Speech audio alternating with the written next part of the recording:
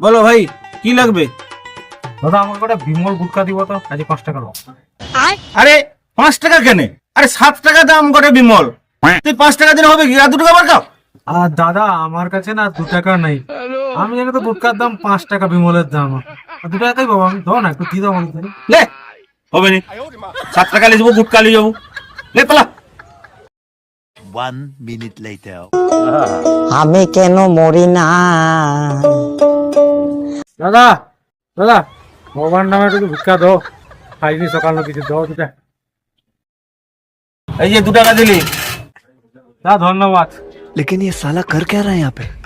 গজব টুপি বাজ আদমি। 5 টাকা 2 টাকা দাদা দাও, মানে বিমল গুটকা দাও, 7 টাকা আছে দাও। আরে তুই একটু গাইছ তো না বিমল খেতে, 5 টাকা দিকিরি আমি খেতে গেলে তোকে হবে নি, 7 টাকা লাগবে।